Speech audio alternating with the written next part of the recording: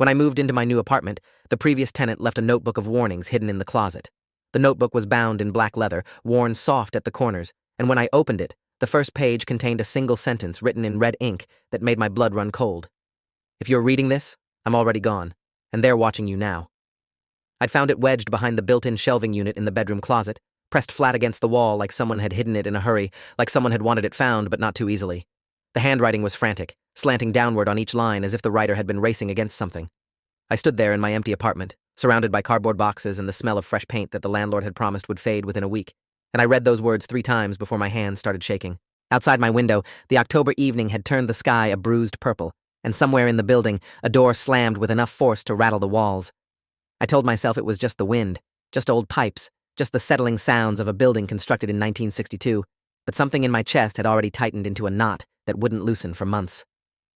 I'd been searching for an affordable apartment in the city for almost 4 months when the listing for Unit 4B at the Marlowe building appeared on my screen like some kind of miracle. The rent was $800 below market rate for a 1-bedroom in that neighborhood, and when I called to schedule a viewing, the property manager, a woman named Gloria Vance, who spoke in clipped, efficient sentences, told me I'd need to decide quickly because there was significant interest. The building itself was a 6-story brick structure, wedged between a dry cleaner and a Vietnamese restaurant on a quiet street in the Eastwick district, the kind of place that looked forgettable from the outside, but revealed unexpected charm once you stepped through the lobby doors. Marble floors, brass mailboxes, an ancient elevator with an accordion gate that groaned when it moved. My previous living situation had become untenable after my roommate's girlfriend essentially moved in without paying rent, and my job at the architectural firm downtown had just given me a modest raise that made the timing feel almost destined.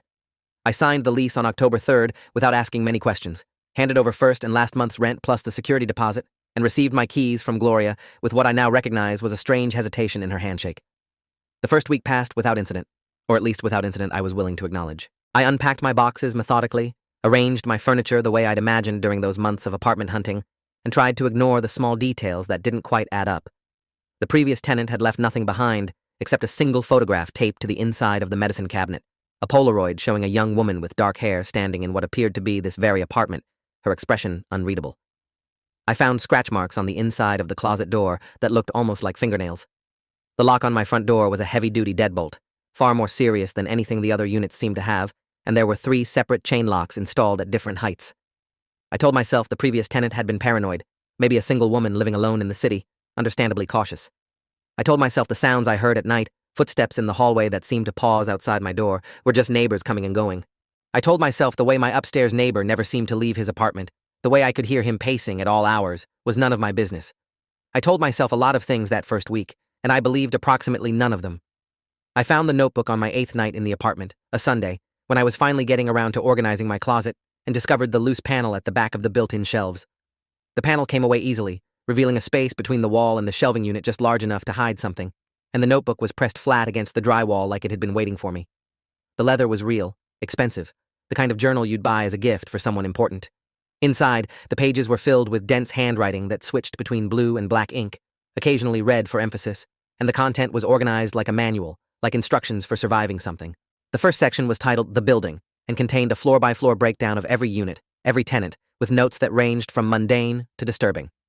Unit 2, A, contained normal, safe, Korean couple, late 60s, keep to themselves.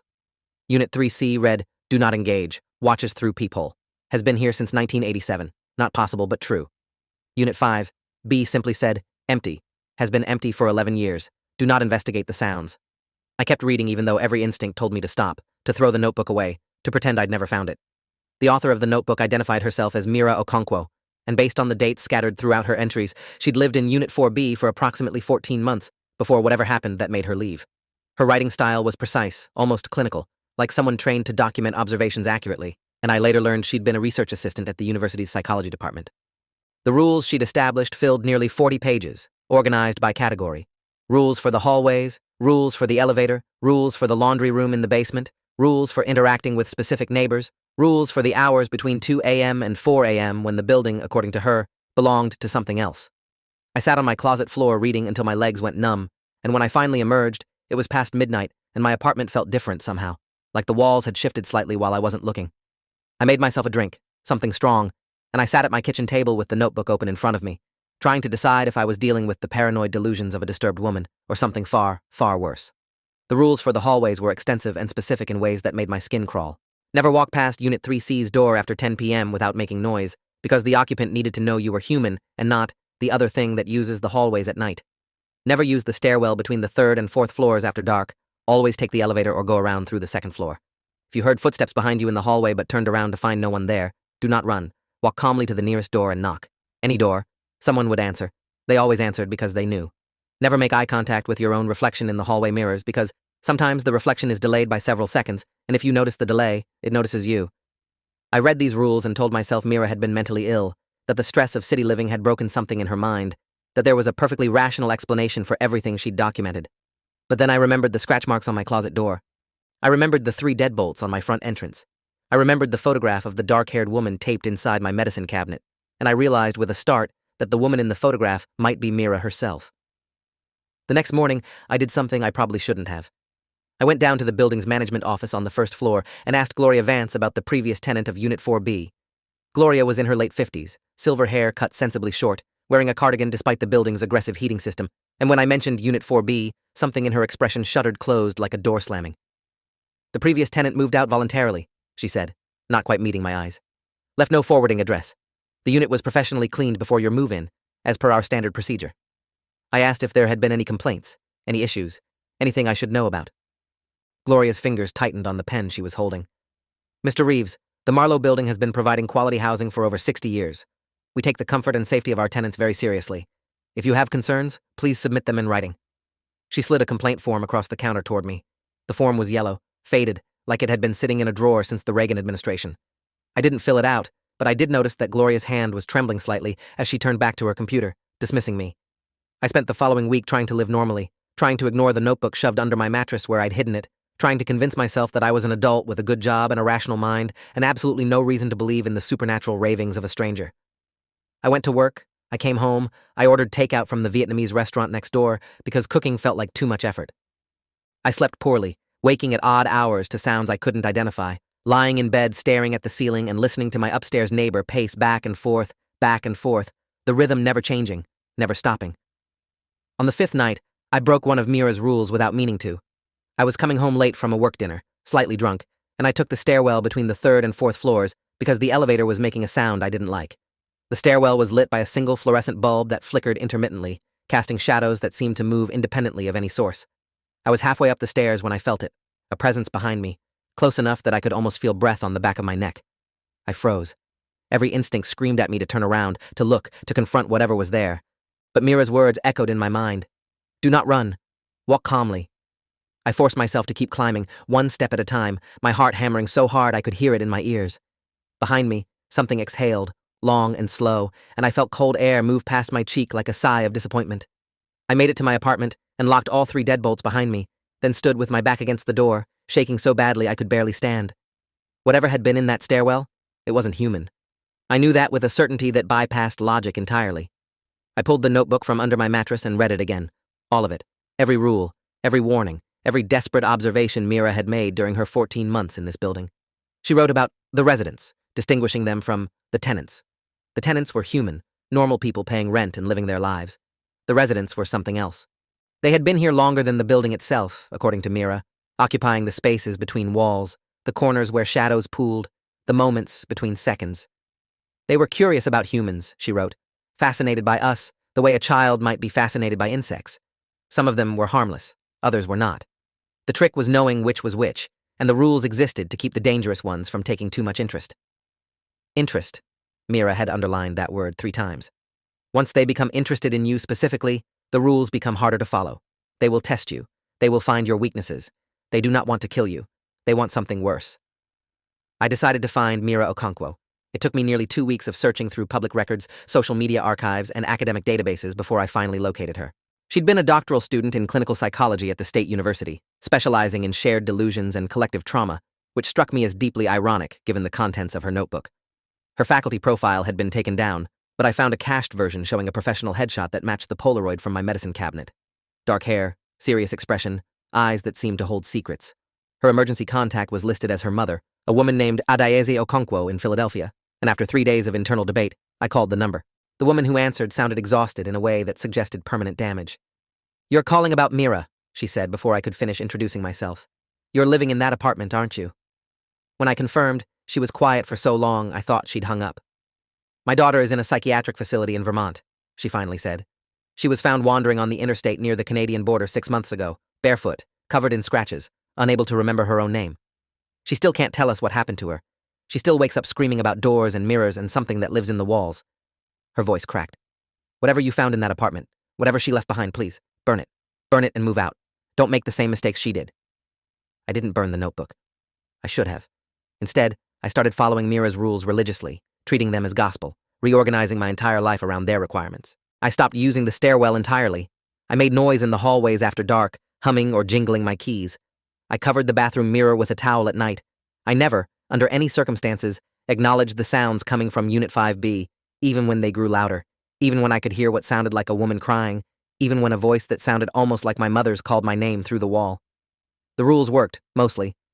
I'd been in the apartment for 6 weeks when I finally met another tenant who seemed to understand what was happening. His name was Douglas Park, a man in his 70s who lived in Unit 2B and spent most of his days sitting in the lobby, reading newspapers and watching everyone who came and went. I'd nodded to him a few times in passing, but we'd never spoken until the evening I found him waiting outside my door with an expression of grave concern. Douglas Park had lived in the Marlowe building for 31 years, and he was one of only 4 tenants who had survived that long. The others, he told me over whiskey in his meticulously organized apartment, had either moved out within the first year or had experienced what he called complications. I asked what he meant by complications. Douglas took a long drink before answering. The building chooses some people, he said carefully. It finds them interesting. Mira was one of them. The young man in 4B before her, Nathan Greeley, he was another. Nathan lasted 8 months before he walked into the basement and never came back. Douglas's eyes were rheumy but sharp, seeing more than they should. The rules help. Following them exactly can extend your time significantly. But if the building decides it wants you, really wants you, the rules become suggestions, then negotiations. I asked what he meant by negotiations.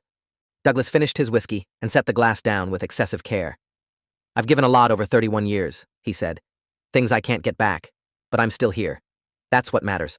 I'm still here, and I remember who I am. That's more than most can say. The incident that changed everything happened on November 15th at approximately 2:47 in the morning. I'd been following the rules perfectly for nearly 2 months, and I'd almost convinced myself that I could live like this indefinitely, that the situation was manageable. But the building had other plans. I woke to the sound of my front door unlocking, all 3 deadbolts sliding back in sequence with heavy mechanical clicks. I lay frozen in bed, watching through my open bedroom door as the front entrance swung inward, revealing the hallway beyond. The hallway was dark, much darker than it should have been, and in that darkness, something was standing. I couldn't see details, just a shape, vaguely humanoid but wrong in proportions. Too tall, too thin, limbs that bent at angles that made my eyes hurt. It stood in my doorway for what felt like hours, but was probably only seconds, and then it spoke. Not with words exactly, but with a pressure in my head, a sensation like fingers pressing against the inside of my skull. "We have been patient," the pressure said. "We have watched you learn. Now we want to know you better." And then it was gone, the door swinging closed, the locks clicking back into place one by one. I didn't sleep for 3 days after that. I called in sick to work, citing a stomach virus, and spent the time researching everything I could find about the Marlowe building. The structure had been built in 1962 by a developer named Raymond Marlowe, who had died under mysterious circumstances during construction, his body found in the basement with an expression of such profound terror that the medical examiner had noted it in the official report. The building had changed hands multiple times over the decades, each owner selling within a few years, each transaction accompanied by sealed records and confidentiality agreements. There had been disappearances, at least 7 that I could document through newspaper archives and police reports. 2 tenants in 1978, 1 in 1984, 3 in 1997, and Nathan Greeley in 2022. In every case, the disappearances had been ruled as voluntary departures or unresolved missing persons cases. In every case, the apartments had been cleaned and re-rented within months. I built a timeline, a chart, a map of every incident I could find, and the pattern that emerged made my blood run cold. The building wasn't just haunted, it was hungry, and its appetite seemed to be growing. I took my findings to Detective James Okoro of the city's Missing Persons Unit, a man I found through a contact at my firm who'd worked with him on a case involving a construction site disappearance. Detective Okoro was in his mid-40s, built like a former athlete going slightly soft, with skeptical eyes that had clearly seen too much to believe in anything supernatural. He listened to my presentation, examined my documents, and then sat back in his chair with an expression I couldn't quite read. "Mr. Reeves, I appreciate you bringing this to my attention," he said carefully. "The pattern you've identified is interesting. Some of these cases were mine, actually. Nathan Greeley, I worked that one personally. He paused, choosing his words. Officially, Nathan Greeley packed his belongings and moved out of state. Officially, there's no evidence of foul play. Unofficially, he trailed off, glancing at his office door to ensure it was closed. Unofficially, I've been watching the Marlowe building for 6 years. I've interviewed 17 former tenants. Every single one of them had experiences they couldn't explain. Every single one of them left convinced something was wrong with that building. And every single one of them was dismissed as mentally unstable when they tried to report it. He leaned forward. I believe you. But believing and proving are two different things. And what you're describing, what you're claiming, there's no legal framework for that. There's no procedure for evicting a demon. The escalation came rapidly after that, as if the building knew I was trying to expose it and decided to accelerate its timeline. The sounds from Unit 5B grew constant, a mixture of crying, laughter, and whispered conversations in a language I couldn't identify. My upstairs neighbors' pacing became frantic, erratic, sometimes continuing for 18 hours straight. The mirrors in my apartment began showing reflections that didn't match my movements, reflections that smiled when I didn't, that turned their heads while I stood frozen. I started sleeping in my closet because it felt safer somehow, curled up against the wall where I'd found Mira's notebook, keeping the light on because the darkness had started feeling solid, tangible, like it was pressing against my skin. I lost 12 pounds in 2 weeks because eating felt impossible. My work began suffering, deadlines missed, emails unanswered, and my supervisor called me into her office to express concern about my apparent personal issues. I told her I was dealing with a housing situation. She suggested I might benefit from the company's employee assistance program. I almost laughed. The breakthrough came from an unexpected source, a woman named Dr. Patricia Holloway, who worked as a consultant for the university's parapsychology research department. I'd found her through a chain of contacts that started with one of Mira's former colleagues, and she was the first professional I spoke to who didn't treat me like I was losing my mind. Dr. Holloway was in her late 60s, retired from a career in theoretical physics, and she'd spent the last 15 years investigating what she called spatially anchored phenomena, locations that seemed to exist partially outside normal physical laws. She came to the Marlowe building on a gray December morning, carrying equipment I couldn't identify, and spent 6 hours taking measurements, recording data, and interviewing long-term tenants, including Douglas Park. When she finally sat down with me in my apartment, her expression was grimmer than I'd expected. The building is a threshold, she said, a doorway that never fully closes. Whatever is on the other side has been pushing through since the foundation was laid. The construction, the specific geometry of the structure, it created a weak point in whatever membrane separates our reality from theirs. She paused. The residents, as you call them, they're not ghosts. They're not demons in any traditional sense. They're entities that exist in a state we don't have words for, and they find our existence fascinating. The problem is that their curiosity tends to be destructive. They want to understand us, but their methods of understanding involve taking us apart to see how we work. Dr. Holloway's research suggested that the building's activity followed cycles, periods of relative dormancy, followed by escalations that peaked during what she called integration events, moments when the threshold widened enough for the residents to interact more directly with our world. According to her calculations, the next integration event would occur on December 21st, the winter solstice, when the balance between light and dark reached its annual extreme. These entities are drawn to transitions, she explained. Thresholds within thresholds. The solstice, midnight, the moment between sleeping and waking. That's when they're strongest. I asked what would happen during the integration event. Dr. Holloway was quiet for a long moment. Based on the historical pattern, someone in this building will disappear. They always do. The building chooses someone, usually a tenant who has attracted particular attention, and during the event, that person is taken across the threshold permanently. She looked at me with something like pity. The attention you've received, the direct communication, the unlocking of your door, these suggest you're a prime candidate. If you're still here on December 21st, there's a significant probability that you won't be here on December 22nd. I had 11 days to figure out how to survive. The obvious solution was to leave, to break my lease, to move out, and never look back. But when I called Gloria Vance to discuss early termination, she informed me that the standard lease agreement included a clause requiring 60 days' notice and a penalty equivalent to 3 months' rent. When I said I'd pay it, she grew quiet. Mr. Reeves, I'm going to be honest with you, she said, in a voice stripped of its usual professional distance. You're not the first tenant to try to leave early. The building doesn't usually allow it. I asked what she meant by, the building doesn't allow it. The line went dead. When I tried to call back, the number had been disconnected. I went down to the management office, but it was empty, the door locked, the lights off. According to the directory in the lobby, the management office had never existed. The space behind that door, when I finally convinced a locksmith to open it, was a solid concrete wall. Gloria Vance's name did not appear in any public record I could find. She had managed the Marlowe building for at least 2 years according to other tenants, but officially, legally, she didn't exist. I reached out to everyone I could think of who might be able to help.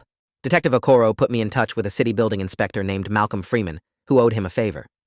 Freeman came to the Marlowe building on December 16th, with the intention of conducting an emergency inspection that would potentially condemn the structure. He entered through the front door at 9:15 in the morning.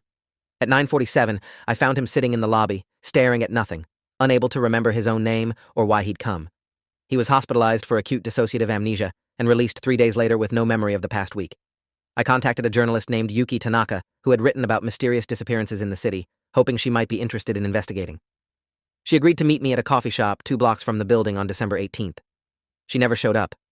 When I tried to call her, a man's voice answered and told me that Yuki had taken an unexpected leave of absence and would not be available for the foreseeable future. The man did not identify himself. When I asked who was speaking, the line disconnected with a sound like laughter. December 20th. 1 day before the integration event. I had exhausted every external option and was left with only the resources within the building itself.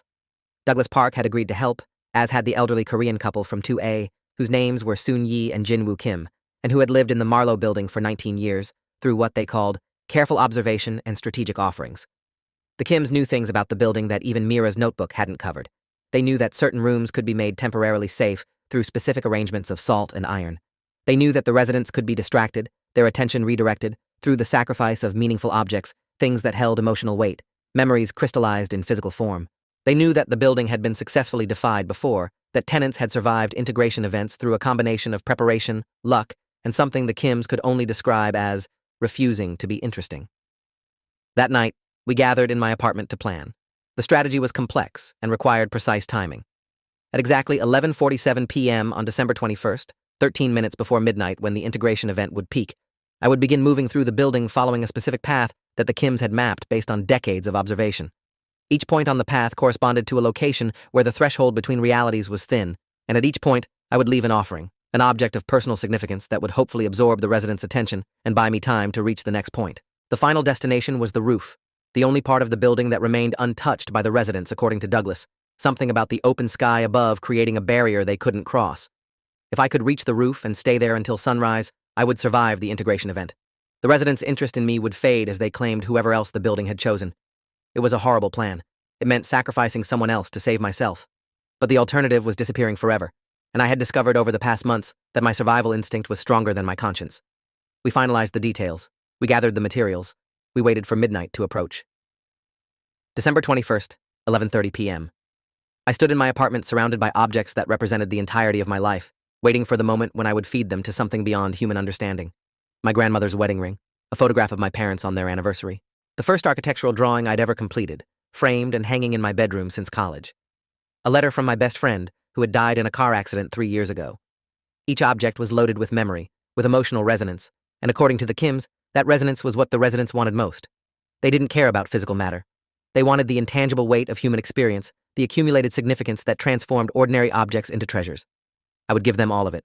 I would empty myself of everything that mattered if it meant surviving this night. At 11:47, I unlocked my door and stepped into the hallway. The building was already different. The lights were wrong, shifting between frequencies that hurt my eyes. The walls seemed to breathe, expanding and contracting slightly with a rhythm that might have been heartbeat. And somewhere in the distance, I could hear voices, hundreds of them, speaking in overlapping whispers that rose and fell like waves. The first offering point was the stairwell between floors 3 and 4, the one Mira's notebook had warned against. I descended from the 4th floor with my grandmother's ring clutched in my palm, the metal warm against my skin. The stairwell was darker than it should have been, the fluorescent light completely dead, and I navigated by the glow of my phone's flashlight. Halfway down, I felt the presence again, the same thing that had followed me months ago, close enough to touch. I placed the ring on the 3rd step from the bottom and spoke the words the Kims had taught me. I offer this freely. Take it and leave me be. The ring vanished, not fell through the step or rolled away, simply ceased to exist between one moment and the next. And in its place, I felt something like acknowledgement, a brush of attention that examined me briefly before moving on to the new treasure. The presence in the stairwell faded. I continued downward. The second offering point was outside Unit 3C, the apartment occupied by the resident Mira had described as watching through the peephole, the one who had been here since 1987, despite that being impossible. I left my parents' photograph propped against the door, and before I could speak the words, the door cracked open, revealing darkness so complete it seemed solid. A hand emerged from that darkness, pale and too long, fingers that bent backward at the joints, and it took the photograph with delicate precision. A voice emerged from behind the door, neither male nor female, neither young nor old. Pretty memories, sweet memories. We will enjoy these. The door closed. I didn't run. The third offering point was the elevator, stopped between floors with its doors open, revealing a shaft that descended into blackness far deeper than the building's basement. I threw my framed architectural drawing into that void and watched it fall without ever hearing it land. Something deep in the darkness caught it. Something made a sound that might have been gratitude. The fourth offering point was the basement laundry room, and this was where things started going wrong. I pushed through the heavy door expecting emptiness, but the room was occupied. A woman stood next to the ancient washing machines, her back to me, her dark hair hanging loose over her shoulders. She turned when I entered, and I recognized her face from the Polaroid in my medicine cabinet. Mira Okonkwo. But Mira was in a psychiatric facility in Vermont. Mira couldn't remember her own name. "You have something of mine," she said, but her voice was wrong, layered, multiple voices speaking in imperfect unison. "You have my book, my rules, my warnings." I backed toward the door. "You're not Mira." The thing wearing Mira's face smiled, and the smile spread too wide, splitting her cheeks without drawing blood. "We were Mira once. We learned her. We took her apart and put her back together in a better way. Now we know everything she knew." It stepped toward me. "We know you've been following the rules. We know you've been trying to escape. We know you think the roof will save you." The smile widened further. "The roof won't save you. Nothing saves you. You're already ours. You just don't know it yet." I ran. I didn't follow the planned route. I just ran, abandoning the remaining offerings, sprinting for the stairs that would take me to the roof. Behind me, I heard laughter, not just from the thing wearing Mira's face, but from everywhere, from the walls, from the floor, from the air itself. The building had been playing with me. The building had always known my plan. The building had let me think I had a chance because my hope was part of the entertainment. I burst through the roof access door expecting to find safety, but the roof was wrong too. Instead of open sky, I saw a ceiling of flesh, pulsing and wet, covering the space where stars should have been. Instead of empty concrete, I saw dozens of figures standing in silent rows, all of them wearing faces I recognized. My mother, my father, my dead best friend, my co-workers. Everyone I'd ever known, everyone I'd ever loved, all of them standing perfectly still with expressions of vacant welcome. And in the center of them all, a door. A physical door standing alone with no frame, no wall, just a door made of something that looked like wood but wasn't, covered in symbols that hurt my eyes. "This is the threshold," the thing wearing Mira's face said, appearing beside me without having moved. "This is where you cross over. This is where you become us." The door began to open. Behind it, I saw something I can't describe, something that occupied dimensions I don't have words for, something that looked at me with an interest that felt like being slowly dissolved. I understood then what Mira's mother had meant. I understood what happened to the tenants who disappeared. They didn't die. Death would have been merciful. They were absorbed, incorporated, broken down into their component experiences, and scattered across an existence that had no beginning or end. They were still conscious somewhere in that vastness. They were still aware, and they would be aware forever. The door opened wider. The figures that wore familiar faces began moving toward me. I had maybe 30 seconds before they would push me through. I reached into my pocket and pulled out the last offering I'd brought, the letter from my dead best friend, the most significant object I owned. But instead of placing it before the door, I did something the Kims hadn't anticipated. I opened the letter and read it aloud. The letter was about nothing. That was its power. It was a note my friend had written me during a boring lecture in college, just random observations and bad jokes and complaints about the professor. It had no deep meaning. It contained no profound truth. It was just two friends passing time, being human, being ordinary. But as I read the words aloud, I felt something shift in the air around me. The figures paused. The thing wearing Mira's face tilted its head with something like confusion. The door stopped opening. "What are you doing?" the thing asked, and for the first time, its layered voice held uncertainty. "I'm remembering," I said. "I'm remembering what it feels like to be bored, to be ordinary, to have nothing important happen." I kept reading. The words were stupid, insignificant. And that insignificance was exactly what the residents didn't understand. They wanted meaning. They fed on significance. But this letter was meaningless, and meaninglessness was something they couldn't consume, couldn't integrate, couldn't understand. It was the one thing that didn't interest them. It was the one thing that made me, for a crucial moment, completely boring. The figures began to fade. The door began to close. The thing wearing Mira's face was screaming, but the scream was getting distant, like it was being pulled backward through a very long tunnel. "We'll find you again," it said, the words barely audible. "We'll wait. We're very patient. We have forever." And then the roof was just a roof again, concrete and empty under a sky full of actual stars. I collapsed onto my back and stared upward, breathing in the cold December air, alive, still myself, still human. I stayed on that roof until sunrise, until the sky turned pink and orange and the first delivery trucks began rumbling through the streets below. Then I walked down through a building that felt somehow diminished, somehow quiet, and I packed everything I owned into boxes. I didn't say goodbye to Douglas or the Kims. I didn't stop at the management office that no longer existed. I just left, carrying Mira's notebook and my friend's meaningless letter and nothing else that mattered. I moved 3 states away to a town where no one knew me. I rent a small house with no upstairs neighbors and no basement and no history beyond 15 unremarkable years of single-family occupation. Detective Okoro calls me sometimes to give updates. The Marlowe building is still standing. It still rents apartments at below market rates. There have been 2 more disappearances since I left. The detective can't prove anything. He can't stop anything. All he can do is watch and document and hope that someday the pattern becomes undeniable enough that someone with authority will listen. Dr. Holloway published a paper about spatially anchored phenomena that was roundly dismissed by the academic community. Yuki Tanaka eventually resurfaced with no memory of why she'd agreed to meet me. Mira Okonkwo remains in that facility in Vermont, slowly remembering fragments of a life she's no longer sure was real. I still have nightmares about doors. I still avoid mirrors after dark. I still wake up sometimes at 2:47 in the morning convinced that something is standing just outside my bedroom, waiting for me to invite it in. But I'm still me. I'm still here. I survived the Marlowe building by being boring, by offering it nothing it wanted, by remembering that the best defense against cosmic hunger is absolute, magnificent insignificance. The residents are still out there. They're still watching. They're still patient. But they're looking for interesting people. People with dramatic stories and meaningful tragedies and lives full of significance. They're not looking for a man who reads pointless letters and lives in a small house in a small town and goes to bed early and wakes up late and does nothing worth remembering. That's my protection now. That's my shield. I've made myself so boring that eternity itself has lost interest. And honestly, after everything I went through, boring feels pretty good. Thanks for watching till the end. Make sure to subscribe and like to not miss the next story.